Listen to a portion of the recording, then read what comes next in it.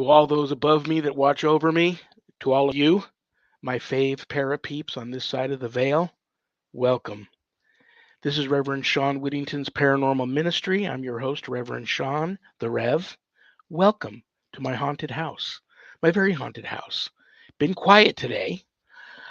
Um, got a great show ahead of you. I will get to my guest as soon as I can because lots of you have reached out to me excited that he's here, and hopefully you've tuned in. And I haven't visited with him in a long time, so I'm excited. Um, what else do I want to tell you guys? Let's check the prayer urn real quick.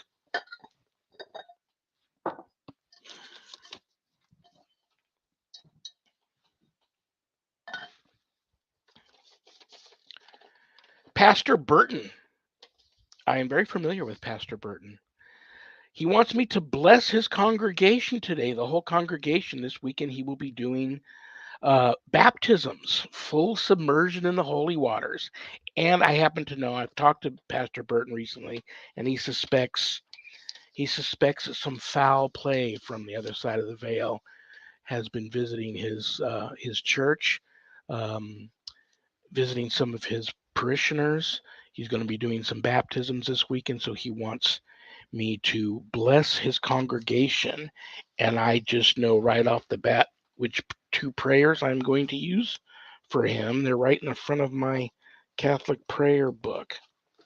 Okay, these are both for Pastor Burton and his congregation. In the name of the Father, and of the Son, and of the Holy Spirit. Amen. Under thy protection we seek refuge. O Holy Mother of God, despise not our prayers in our needs, but save us always from all danger. O glorious and blessed Virgin. Amen. Holy Mary, Queen of Martyrs, pray for us. Amen. In the name of the Father, and of the Son, and of the Holy Spirit. Amen. Saint Michael the Archangel, defend us in battle. Be our protection against the wickedness and snares of the devil. May God rebuke him, we humbly pray. And do thou, O Prince of the heavenly host, by the divine power of God, cast into hell Satan and all the evil spirits who roam throughout the world, seeking the ruin of souls. Most Sacred Heart of Jesus, have mercy on us. Most Sacred Heart of Jesus, have mercy on us. Most Sacred Heart of Jesus, have mercy on us. Amen. Okay, let's check the mailbag, the ministry mailbag. Do I have anything in the bag? Oh, there we go. There's one at the bottom. I've been in that bag all week. I left one in here for this weekend. Who is this? Jerry P. from Texas wants to know, I'm putting together a new paranormal team, Rev. What do you recommend? Good or bad training them at a graveyard? Okay, I'm going to get hate mail on this. There was a time where I would have said, absolutely go for it. I myself, back in the day, gave paranormal tours of a very haunted pet cemetery here in town. And there was also an empty home on the land that the original owner of the pet cemetery lived in most of her adult life, died in the home, and her spirit remained in the home. So I would give people tours of the pet cemetery. It was very active.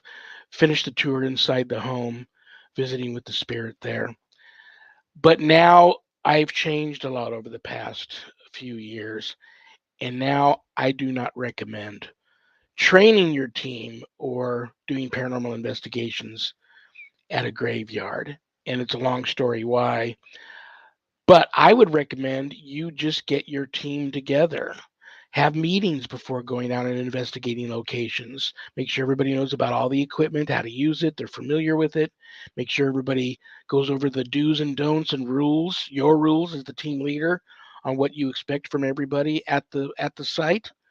And discuss ahead of time, teaming up, breaking the team up into teams so nobody's alone anywhere, and go that route. And the more you guys get out there and do your thing, it'll be like on the job training, and that's where you'll get your training.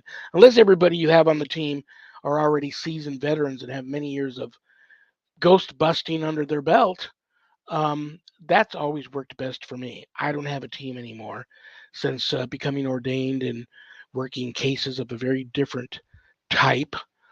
I got to the point where I didn't want to worry about my team members anymore being subjected and exposed to the types of things that my wife and I are exposed to. And in fact, I don't even like bringing my wife along anymore because I worry about her. But she's stubborn and she insists on working cases with me. So it's just my wife and I now. But I think teams are great. I wish you the best of luck on your endeavors with your new team in Texas. A lot of haunted places in Texas. So good luck to your brother. And thank you for tuning into the show. I appreciate it. If there's anything you guys want to know about my wife and I and our ministry work, go to our website, www.ghost-b-gone.biz. When you go there, keep in mind my wife and I don't charge for our ministry work, helping people with their paranormal issues. So I know times are tough, but if you go there to visit and you notice the donate button and you're able to do so, click on it and send in a small donation. I promise you it'll be appreciated from the bottom of our hearts, and trust me, we will put it to good use. In addition to being an ordained exorcist, I'm also a certified spiritual advisor. If you're having issues of a spiritual nature not attached to the paranormal and you'd like to speak to the Rev about that, you can make an appointment there at the website to speak with me. But don't leave the website without going over to the page called the WSE course/book. You'll find the Ghost Store there. Lots of cool things to purchase in the Ghost Store, like this awesome throwback Ghost Be Gone coffee cup. You'll also find a lot of other things in there if you go for that sort of stuff. But scroll down a little bit, you'll run into my new haunted autobiography, God, Ghosts, and the Paranormal Ministry. And I quote, the scariest book I ever published. That was Annette Munich, owner of Stellium Books, my publisher. But don't let that scare you off of purchasing a copy. It's a very different kind of feel-good story where a lot of good versus evil, where good wins. But if you haven't done your good deed for the day yet, pick up a copy. You can get it autographed, enclosed in a house blessing kit on the website, or a little less expensive on Amazon. But the beautiful thing is part of the proceeds of every purchase of every copy of my book goes to support stjude.org, St. Jude's Children's Research Hospital, Nevada, and the ASPCA. So you get to do some good stuff, including help the animals a little bit and the children. Scroll a little further down, you'll see the Worldwide Society of Exorcists, which I am a founding member. I offer a college-level online course, Introduction to Spiritual Warfare, through the WSE. And this is the course for all of you warriors for Christ out there that feel a calling and want to have more knowledge when it comes to drawing your line in the sand, circling the wagons, putting up a good fight against, God forbid, true evil if it ever comes calling. That's the course for you. All of my students that graduate get a stunning diploma, certificate of completion, suited for framing, along with some other very special blessed items that you can only get from yours truly, the Rev. You can sign up for the course at the website. If you'd like to read more about the course before making that type of commitment, there is a Worldwide Society of Exorcists Facebook page, or you can just call me and ask me about the course, and we'll talk a little bit and see if the course is for you. Most importantly, please keep all of my former, current, and future students in your prayers. Thank you, and God bless each and every one of you for tuning in today. Okay, time to bring on my guest. He's a friend. You all know him. You all love him. I haven't visited with him in a while. I'm excited to have him. Abracadabra. Here he is, Bobby J. Gallo. I love that. What a great intro. Hey, I can do the magic thing. What do you think? I thought it was perfect. Oh my gosh. We're going on the road together. This is going to be awesome. Let me tell you something before we get started here. I love you. I respect you. I'm so happy you're here. I love the hat. Thank you. I can't pull a hat off. Why can some guys pull a hat off? I mean, you're a cross between Indiana Jones, Wyatt Earp, and Father Marin. Oh, that's Uh, funny. That's I funny. can't pull that off. How can some guys pull them off and some can't? Do you have a theory? Yeah, I do. You have to try on 1,000 of them before you get the one that actually looks good. Because I'm telling you, I had a vision. I wanted something that I could do my investigations in, and something a little different than what I normally wear. And even as a magician, I wear a hat because if you see, where is it? Right over there, right behind me. That's my magician's hat, right on my shelf there. And you got to try them on. You got to try them on. So You probably got to bring the wife too, because yeah. what you think looks good on you've got to make her promise ahead of time. She's either going to give you a come heareth look or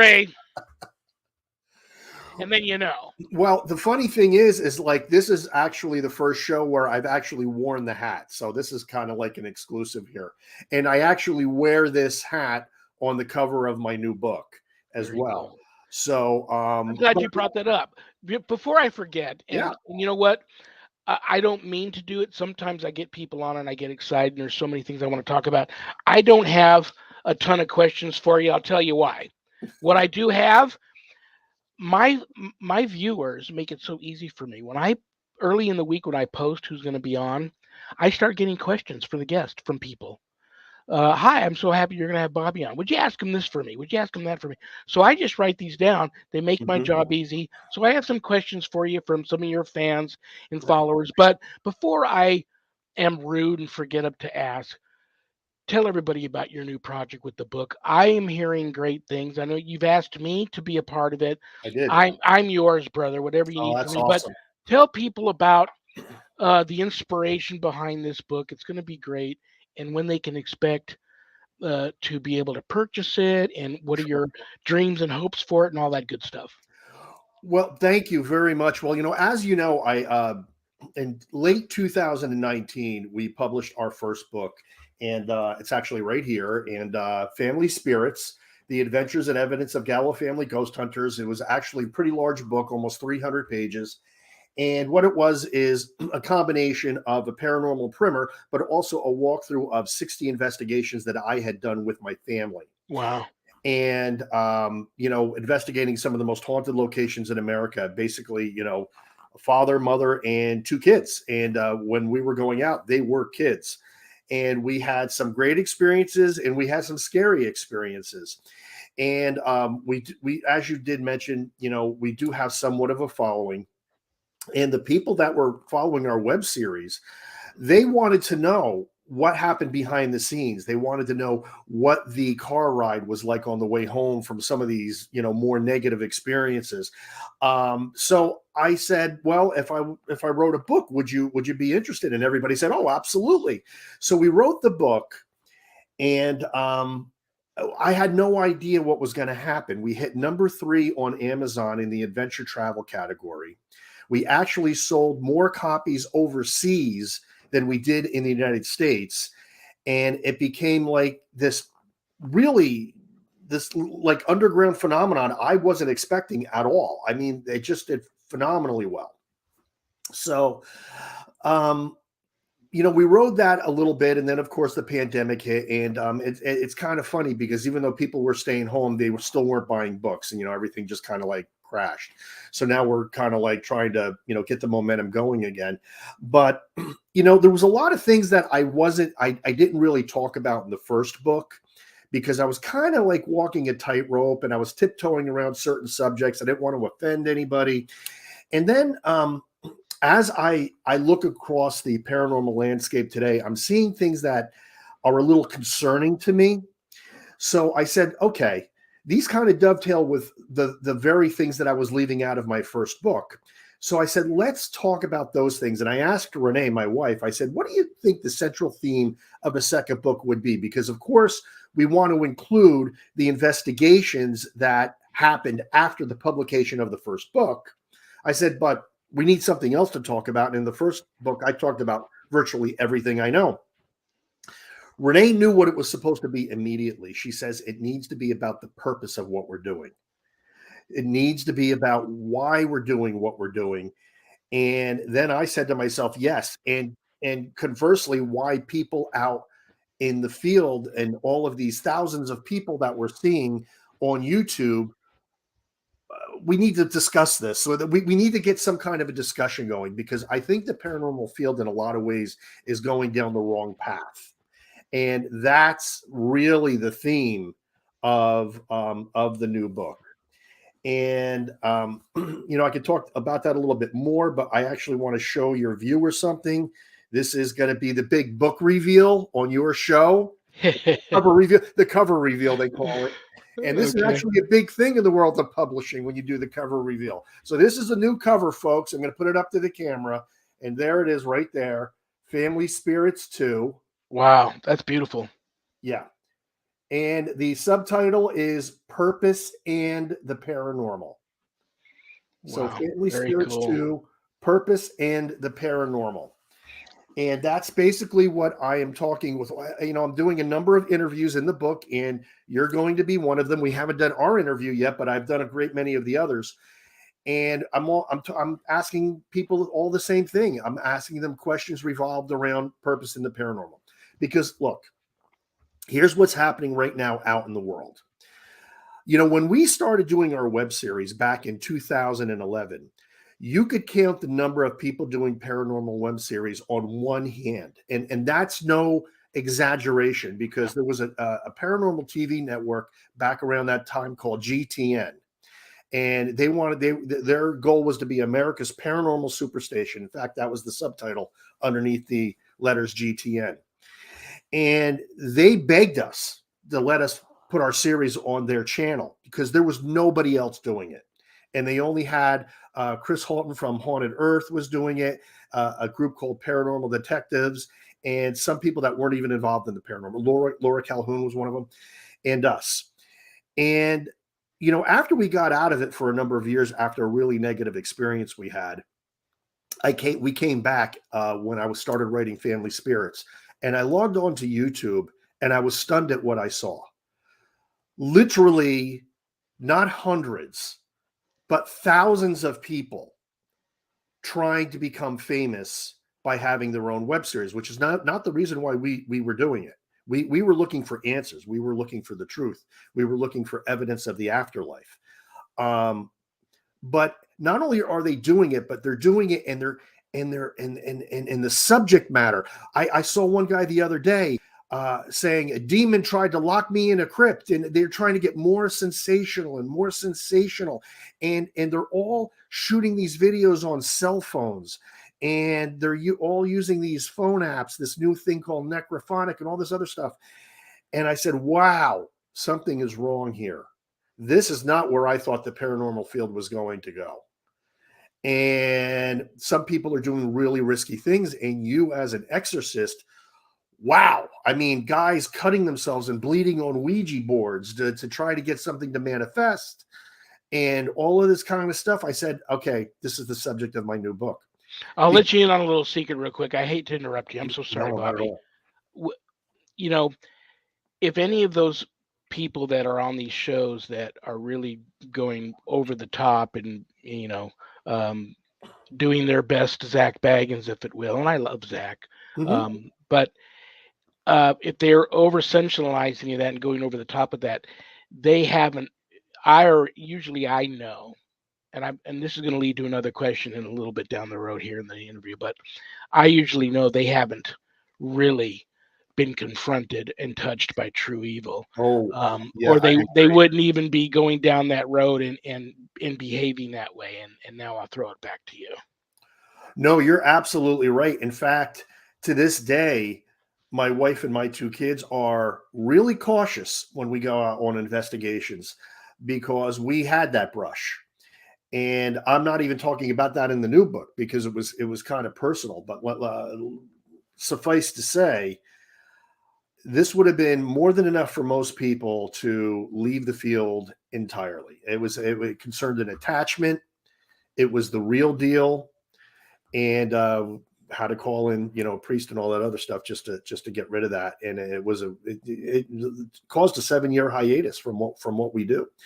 But here's the thing, people aren't stupid.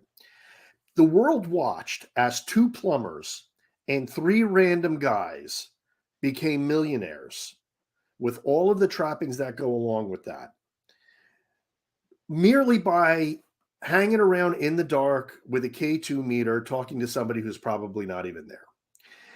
And what is the average person out in wherever see? What they see is, wow, this is my chance to become famous. I don't have to sing. I don't have to dance. I don't even have to tell a good joke. I don't even have to do a good card trick.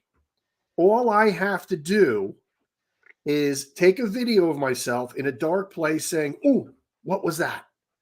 And I could become famous too. I could become a millionaire. And that's what we're seeing.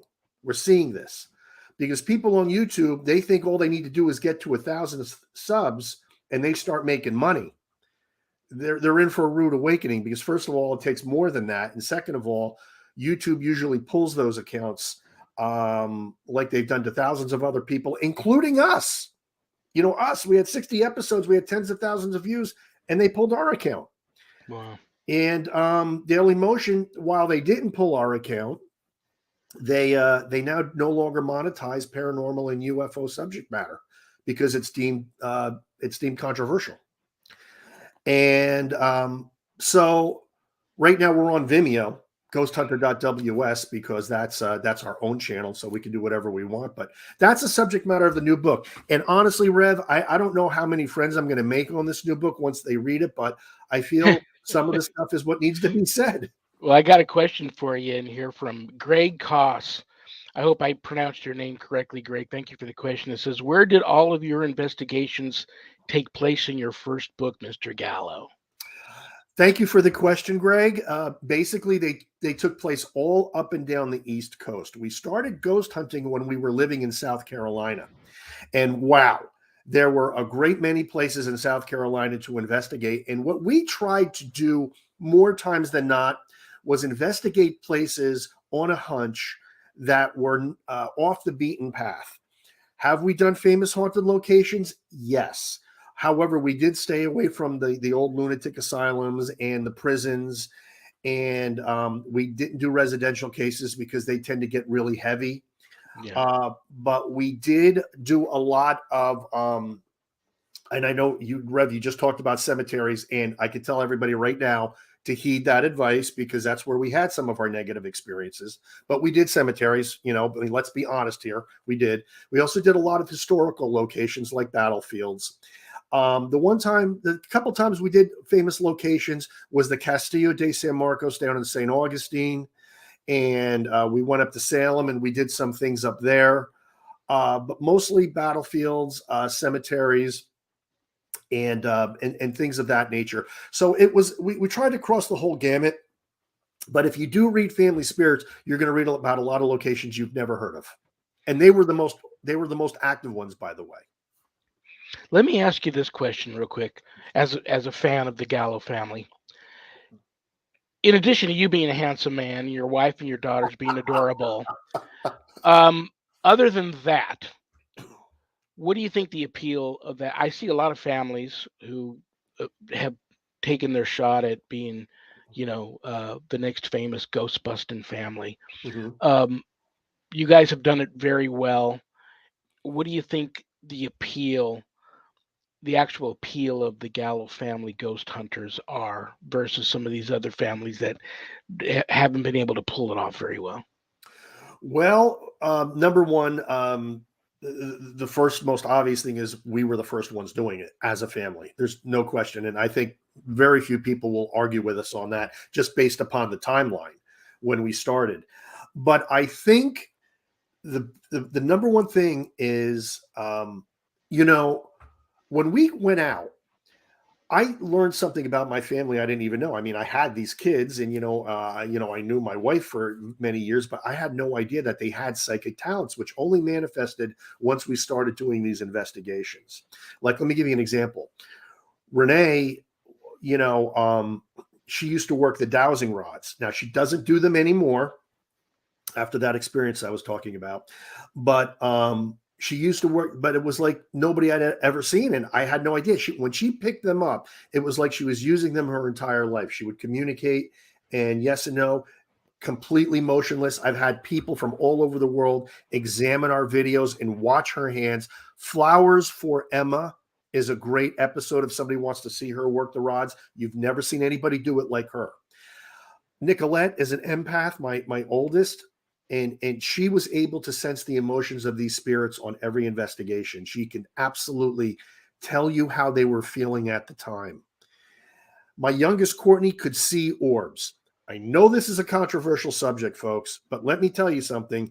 Not only could she see them, but she would point to where they were, and we would either take pictures or videos, and we would capture them on pictures and videos exactly where she was pointing. She could see them. And me, I was just Mr. Showbiz. I was taking video. I was doing all kinds of things.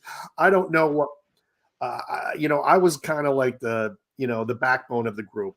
But the real talent was my wife and my daughters, without question. And I think there is the secret to what we've been able to do. Keep up the good work. I'm a big fan. I know you have a lot of other fans out there. Um, you're also a magician. Yes. And I'm thinking of a story I want to tell you about a good friend of mine. Recently, him and his wife have moved to Utah, but for many, many years, they owned a haunted antique store about a 30-minute drive from Gettysburg. Many spirits in that store, many spirits, they became very fond of them, and some have followed them to their new home. Mm. But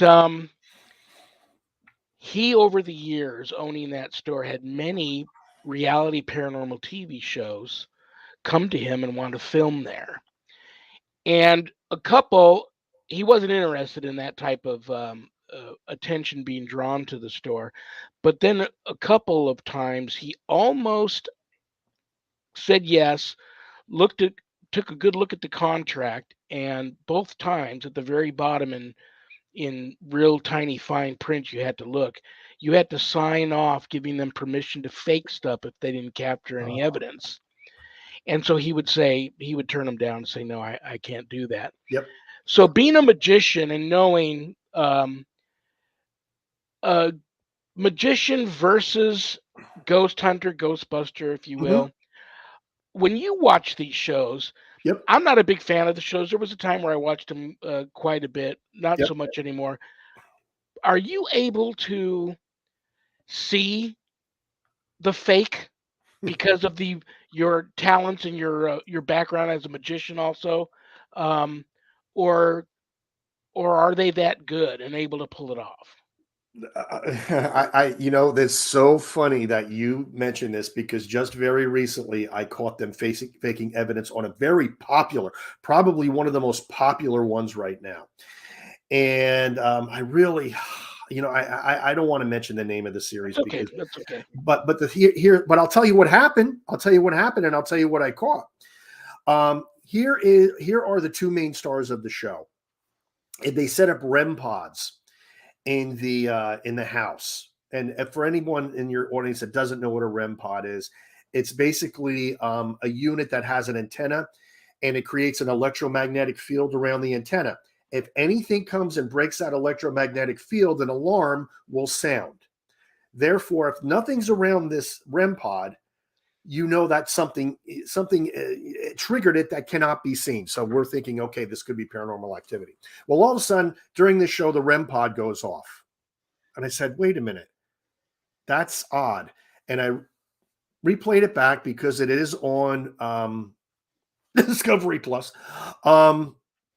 And all of a sudden, I'm looking at it again, and what do I see? It's in a hallway. And on one side of the hallway, I guess there was a room. Somebody was in that room, and you could see their hand going up and down, breaking the electromagnetic field and making the REM pod go off. Apparently, the producers did not catch this, but I did, because I look at it with a trained eye. And people love this show, but I'm a member of a Facebook group where they kind of like try to debunk. I said, okay, you guys love these people. You want to debunk? Well, here's something that you should see. And when I pointed it out and they went and watched the episode, a lot of these people were crushed because they trust these people. They exude trust and they exude trustworthiness. How much of that, another question I want to ask you, how much of that do you think sometimes is pulled off without even the stars of the show knowing that it might be something that the cast and crew do, and don't really let the talent in on it? That's a good point. That's a great point. And you know what? You know the star of Paranormal State, Ryan Buell, right? Mm-hmm. That was one of the first paranormal series that really made it big. But I recently met him up at the Warren Seekers of the Supernatural Paracon, which we sold out of every book of a copy of Family Spirits, by the way. He said during his lecture that they wanted him to do certain things in the show, and he was absolutely opposed to it. He would only do everything if it's on the level. And that's why he says sometimes if you watch Paranormal State, some of the episodes are pretty mundane while some of them are spectacular. And that is exactly like Gallo Family Ghost Hunters. Because in Gallo Family Ghost Hunters, I tell people right off the bat, some of the episodes are, they're long and not much really happens, but some of them are going to blow your mind. And if somebody really wants to see one of the better ones, I just tell them what it is. But I wanted to put the whole scope of things out there, which is why Fiona Broom, who did the foreword to my first book, actually said, it was the best part of her foreword. She says, this is ghost hunting how it really is. We don't fake anything. That's why we say real family, real life, real ghosts. Because what I love about you also is if you sit in the dark in a location for 5 hours and nothing happens, then you show that, because that's part of reality too. That's right. A lot of people don't realize that 90% of ghost hunting is sitting in a dark room somewhere at an abandoned location for hours, and sometimes even just falling asleep and waking up when the sun comes over the horizon, and you're all, oh my God. You go back and you check all your film footage and see if you caught something, and more times than not you didn't, and absolutely. Greg's back. Hi, Greg. He wants to know, did you spend time at Gettysburg? I wonder if he's asking you that or me. And you know what? This is going to lead to another question I have for you, which I wasn't going to ask you today, but it's probably for you if you've been to Gettysburg, since you mentioned battlefields. Yes. Well, we did it twice.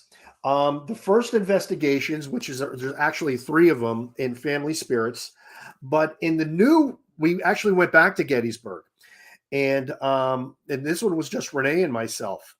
And this was just very recently, and it's going to be in Family Spirits 2 in the investigation section. We actually caught a full body apparition. Wow. In the middle of the day. We have one piece of equipment called the Spirit Touch device, which they don't make anymore. It's my favorite piece of equipment, which works on the same technology as a cell phone. It takes an exchange of human electrons to make an LED light go on and off. So it can't be interfered with outside EMF or anything. If that light goes off, something touched it, period. That's just all there is to it. And something, not only did it touch it once, but we had a ghost keep touching it. And I said, well, you're here. Would you mind if I take your picture, since you're letting me know that you're here through the Spirit Touch? And we didn't get any EVP saying yes, but I'm taking pictures, and boom, there he was. And you could see him. You could see the Civil War style hat. You could see his backpack. I mean, it was just a stunning capture. And and that's the second time we've asked a ghost to pose for a picture, and the second time that one did. That's amazing. And here comes my question for you. I believe, in my humble opinion, there's 2 people in this field. Those, like you mentioned earlier, that just think that they're going to become famous. And then there's the other group of people who, whether they know it or not, they're passionate about investigating the paranormal and trying to 100%. prove there's life after death, but they don't realize, most of them, the passion comes from having a sensitivity to spirit. And like your daughters, they Yes. realize that after they get into the field, they realize they have these gifts. Um, Having said that, I ran right to, and, I'm stalking you this week, trying to prepare for the interview. I go to the website. I go and to look at watch some of the videos. I actually went to www.ghosthunter.ws. That's it. That's where I saw the videos, and I'll tell you why. Hopefully you laugh at this. I went there going, oh, but after all of this time, certainly I'm going to get to watch him and his family investigate the famous Gallo farm in California. Remember last time I interviewed you, I said Yeah, you and you your did. family have to go out there and Gallo investigation. Yeah, that would be I fun. didn't see it, but what I did see there was a pleasant surprise. I have never seen anybody investigate Valley Forge. And it reminded me when I was a little kid, my family took me there. I've been seeing spirits since I was little. The only one Yep. I could really confide into was my mother. And I remember seeing soldiers there and talking about it. Yep. And everybody, was kind of giving me the side eye. My mother kind of knew he's probably really seeing soldiers there. Talk to me about Valley Forge. I loved that. Well, thank you for recognizing the fact that nobody ever investigates Valley Forge. And while there was no fighting at Valley Forge, 2,000 soldiers perished. So much suffering. Oh, And that's where the tide turned, wasn't that? Yeah, yeah. there was Yep. I mean, shortly after that we were either going to win or lose big time, and that was a Correct. pivotal moment. Correct. And there is actually one of the stones monuments in Valley Forge says it's inconceivable what the men suffer. And I said to Renee, and it just so happens that my daughter is going to university down in that area. And while we're down, I says, we have to go. So we got our equipment ready and we went, and the Valley Forge is absolutely huge. And there's really not a lot there. Except for some huts. Some were rebuilt to show what the huts looked like where these men lived. But there are ruins of some of the original huts. And Valley Forge goes up into the woods. It goes all over the place. So it was a challenge to find a hot spot. And in a lot of the places, we weren't getting a lot of activity. And I says, oh man, this is a bust. But I said, the tragedy that these men, there's got to be some kind of residual energy somewhere. And that's when we went to the Virginia encampment, and that's where we really got some incredible activity. We went in there, we experienced battery drain, and we were using one of Gary. Are you familiar with Gary Golka by chance? Yes. Gary Golka. Matter of fact, somewhere around here, I think I have an actual meter somewhere around here. Okay, well there you go. I try to talk to him as much as I can on Twitter. He's a great guy, but he came out with a new piece of equipment called the Crosshair thermal detector. And basically what it is, it's a professional version of a ghost radar. And it's a round panel with LED lights, and it shows you, it pinpoints exactly where thermal anomalies are taking place, like where temperature drops are happening. And this thing was just kept pointing to one spot. It's like he's right there. And I would talk to him, and then it would point. You could see where every time I would say, I know you're right there, it would move somewhere else, like it was trying to avoid me, like, wow, this guy could really see me. And then while we were taking it, we had a fully charged battery. I said, once again, I asked, can you pose for a picture? Now, this wasn't a full body apparition, but all of a sudden when I asked that question, Renee's camera died. Oh, fully charged battery died. I said, okay, here it comes. I said, quick, get the cell phone out, start taking video with the cell phone. And normally I don't like taking it with a cell phone, but it's a backup video camera. Oh no, sorry, it wasn't a cell phone. I have my infrared Bell and Howell S7 Slim on video mode. That's what we used. And all of a sudden, boom, exactly where we were getting the anomaly, we got an orb about that big with a face in it, almost as saying, I don't have a lot of energy. I can't do the full body apparition thing, but here you go. This is what you're getting. And we got it. And then just as we were leaving, we did some quick video, and I said, it's back again. The IR thermal detector was going on again. And in the video, you could see this orb just circling the detector. And it's really cool. And we have that on that video that you were watching. You know what I love in you explaining that, and we'll get into some equipment here in a second, but it's like we're all made up of energy, and Right. then you've got the energy that's stored in these batteries and these equipments that we use, and the spirits, they just don't they don't do it on purpose. No. But we don't know how we look to them, but we do know that our life force, however that looks to them on the other side, is something they don't have anymore. That And is so correct. it's a very attractive. And when they come to that, we get drained, your batteries get drained. And I don't believe it's nothing that they're maliciously doing. Of course, there's No. malevolent entities out there.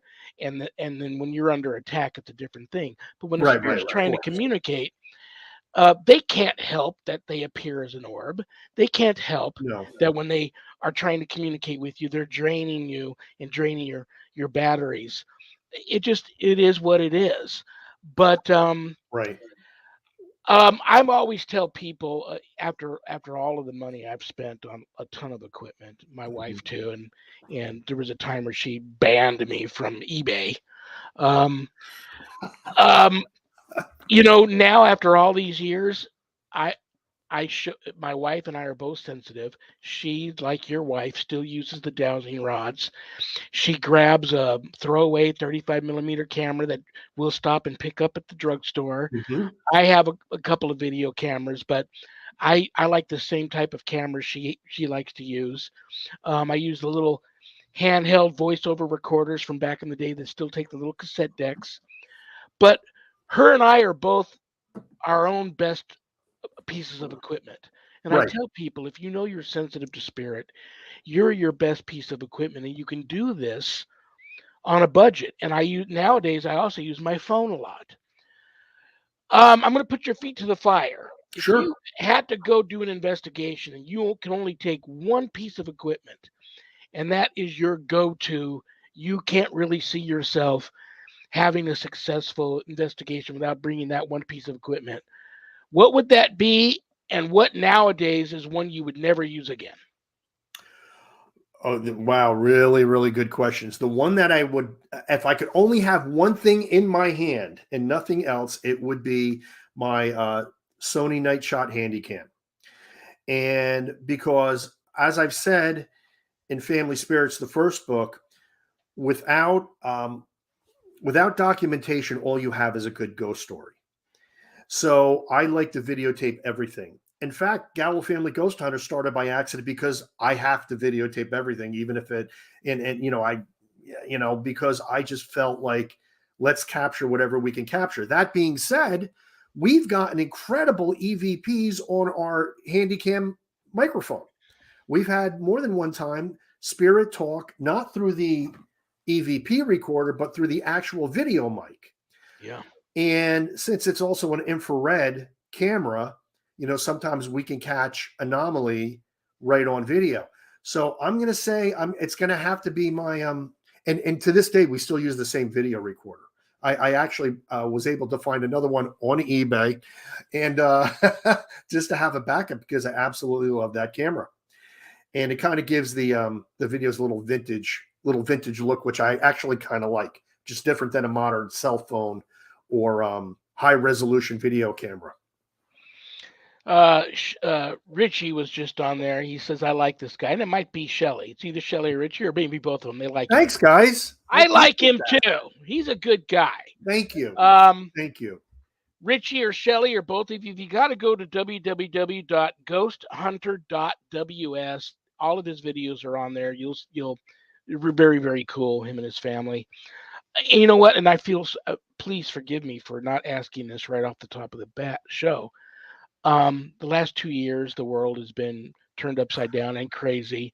How has you, your family, everybody close to you that you love, uh, how have they done through this whole pandemic thing? Is everybody okay? Everybody's fine. We've all had it. We've all Wow. had COVID at least once, all of us, including my 83-year-old mother who kicked it like that, thank God. Um, yeah, because she was in a nursing home and it went like wildfire through the nursing home. Wow. So yeah, we all got through it. And it's been rough on a lot of levels though. I mean, as far as the book go, like I said, book sales just dropped off like right off a cliff. But that's not the important thing. The important thing is everybody's health. Let's be very clear about that. But it's affected our lives in so many different ways, obviously, and I think everybody can relate to that. We're now coming out of it, and we're looking to do some really cool things. We're looking to do some more Paracons this year. We did 2 Paracons last year. And both were unbelievable successes. I did mention the Warren Seekers of the Supernatural Paracon in Waterbury, Connecticut. And that was the first time, excuse me, first time for that Paracon. We sold out of every single copy of Family Spirits. And I had one dog-eared copy that I would like go through and show people things. And somebody even bought that copy. They wanted it. And, we were next to some other people, like another radio show, and they were absolutely amazed. They couldn't believe it. They go, "Who are you? We've never even heard of you, and there's people lined up to get your book, and you have fans and a following." I always tell them, I said, because we are the best kept secret in the paranormal world. We have our following, and they're like really dedicated, but there's nobody outside of that. So we go to these Paracons, and they don't know who we are. It's very funny. I have another question for you. Then I'm going to have to get to some of your questions here from some of your fans and followers, Sure. or I'm going to get hate mail. We just had a big paranormal conference, convention, Paracon, whatever you want to call it, out here in Vegas. Yes, that was big. My wife and I were just about to pick up the phone, and we were going to be a vendor there. And then I got a phone call, and I had to go to LA for a couple of weeks and work on a project, so I wasn't able to go. I hear it was a big success. Did you make that one or no? I did not, but I had so many friends who were there, and every one of them were saying, "Why are you not here?" Wow. And I could have met Josh Gates because we are huge fans of Josh. Oh, Gates. I love that. That was the reason why I wanted to go. Oh, believe it or not, of all the people that were going to be there, I wanted to meet Josh. He would be number one on my list. I just think he's so entertaining, and if he sees this, and I doubt he will, but if he sees this, he's going to want the hat.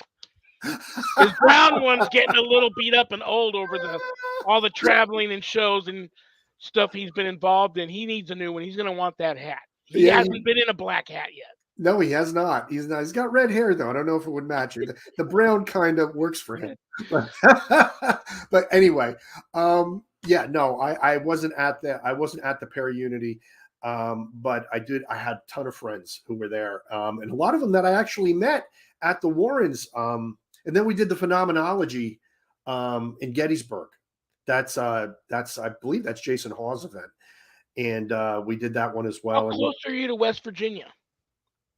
Not horribly far, honestly. Because Dave Spinks has another good an event coming up here in next month in West Virginia there, and that brings me to another question. And I got to get to some fan questions. Sure. Cryptids. His event's going to be in a haunted town, and he's got a store there which is all about that. But he's a big cryptid guy, along with being a paranormal investigator. You and the family go for that at all? Do you go for the cryptids at all, or not so much? Well, look, it's all paranormal in the broad sense. And me, I used to be a Bigfoot denier. I believe it or not, even when I did still believe in ghosts. And by the way, as far as ghosts go, I passed the point of belief a long time ago. I used to be on the fence with Bigfoot. I'm not anymore. And there's a lot of evidence coming out to support it. And UFOs, now the government's saying they're real. So there you go there. But no, we were actually That squatching seems like it's tailor made as a family event, and I could see the Gallo family ghost hunters flipping it on everybody and doing a squatching video. Well, we were thinking of going doing the Jersey Devil investigation because and Squatch has been seen out there. Yeah, in the Pine Barrens. Yeah. Yeah. So yeah, no, I definitely would not. We've become so good at connecting with spiritual energies that if they watch something like that where probably something's not going to happen, it might be like, opposite from what people would expect from us, but maybe that's a good thing. Maybe that's a good thing. Like we were talking about before, maybe we should have some more episodes where it's just strictly reality based. We get something, we don't. This is a two-part question. When you go out investigating with the family, do you hear rumors that it's either you hear rumors of allegedly spirit-infested location, or possibly not? You're going to find out if it is or not. Or maybe you already know ahead of time that allegedly demonic activity maybe has malevolent entities have been there.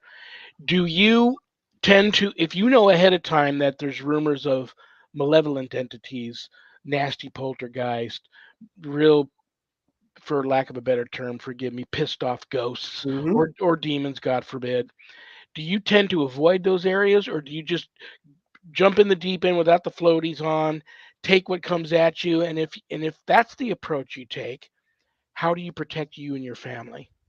Okay. I will address that last part.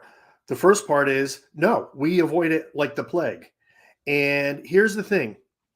My job as a ghost hunter or a paranormal investigator, whatever you want to call me, is to document evidence of the afterlife. I do not have to do that by going after some demonic entity or in a place that has a really bad reputation.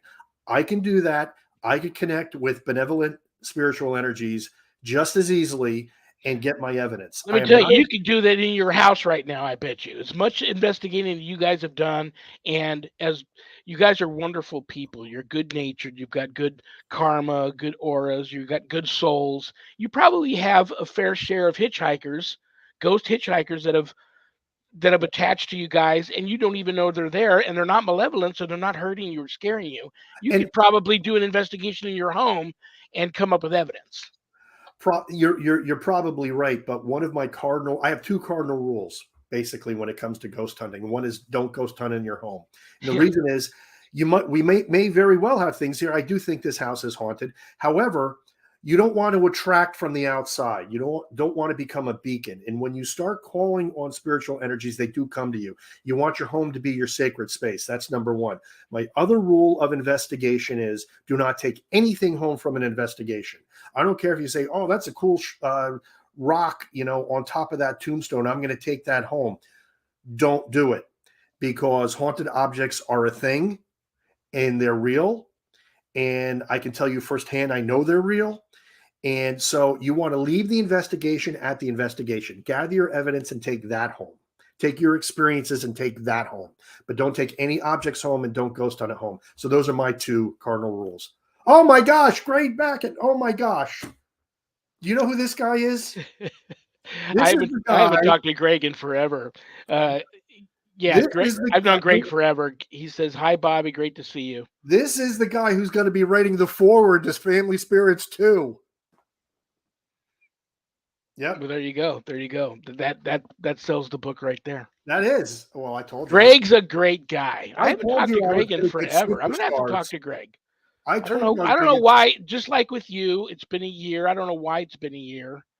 It's been a long time since I spoke to Greg. I'm gonna have to reach out to Greg and ask him why he's avoiding me. He's not avoiding you. We had a blast up at the Warren Seekers of the Supernatural Paracon. And it was shortly after that when I said to myself, Greg would be the perfect person to do the foreword to the book. And so I gotta get on the show. We've got about 6 minutes left. and I haven't gotten to one of these questions from Let's the do it right fans. now. Yeah, I better get to them, or I'm going to get hate mail the rest of the day. Oh my gosh, some of these you've already answered. New Ye- Someone wants to know how your Christmas and New Year's was, and do you make any New Year's resolutions? Yeah, yes, my Christmas and my New Year's were fabulous. Thank you very much. And my New Year's resolution is the same as it is every year, and that's to lose a little weight. I'm sorry. The wife has had me on Nutrisystem since October, and you know what? I've stuck with it. And these things, if you and my wife is like, I don't know anybody. I've never known anybody that has the willpower you have when you finally decide you want to do something. That's correct. Yeah. That's me. So, it's like I prayed to God one day, many, many, many years ago. I was a raging alcoholic and drug addict. And one day I actually just asked God, I said, listen, I know you're real. I know you're real. I know you love me, and I love you. Right. I need help here. I don't want to take any more drugs or drink anymore. Help me. I kid you not. I can't remember how long it's been. I woke up the next day and it's been years and years and never a desire to drink or do any drugs since that Congratulations. day. Never Congratulations. did that with the diet though. But for some reason, I was sitting there talking with the wife, um, probably heading back to the kitchen table with my third plateful helping because she's a phenomenal cook. I have no willpower. So I'm coming back to the table and this Nutrisystem commercial comes on. And my wife just happens to glance over and says, listen, what's it going to hurt if you give that a shot? If you don't like it, fine. But I went for it. I like it. I'm sticking to it. I Great. feel better. But I'll tell you, I said to my wife, you buy them at a month at a time, and these big freezer box shows up, UPS, this big other box. I'm eating out of a box. I'm eating out of the freezer. But I said, is this, she never tells me what she spends on anything. She says, actually, it's far cheaper for me to have you on Nutrisystem. As much food as it is that you get delivered here, it's much cheaper to have you on Nutrisystem than it was shopping for you before. And I'm like, did I eat that much? She's like, well, yeah, yes, Nutrisystem, you but need to be a sponsor of this show now. Nutrisystem, you need to be a sponsor of this show now. so it is what it is. I mean, what else does somebody want to know from me here? I already asked you about somebody actually asked about the Gallo estate in California. That's funny. You got to do that. Gettysburg. You already talked about Gettysburg. You already mentioned you believe in ghosts. Okay, here we go. Demons. You mentioned already that you believe in demons. That I ship do. has sailed. We can check that box off. What about demons, angels, good or bad? I talked many times. We've got just a couple of minutes left. Do you believe in demons? And any advice for people who think it's cool to antagonize them, poke the bear, search them out? You have absolutely no idea what you're dealing with. And look, you could be a paranormal investigator and a ghost hunter. No, as a matter of fact, I encourage it. But you have to look, it's just like in life. Do you want to go down the good neighborhood, or do you want to go down the worst part of town without any protection? Come on. This is the same thing, except these entities you can't see. And that being said, getting back to what the Rev asked me before, we carry blessed medals of Saint Benedict on our investigations, and I'm a big believer in it. But you have to believe that it's going to work. You have to have faith in it, and you have to go with good intent, or else you could have all the talisman in the world, and it's not going to mean anything. I love you, brother. I Right back to you. respect you. I'll be looking forward to doing an interview with you for the new book. I'm honored you would ask me.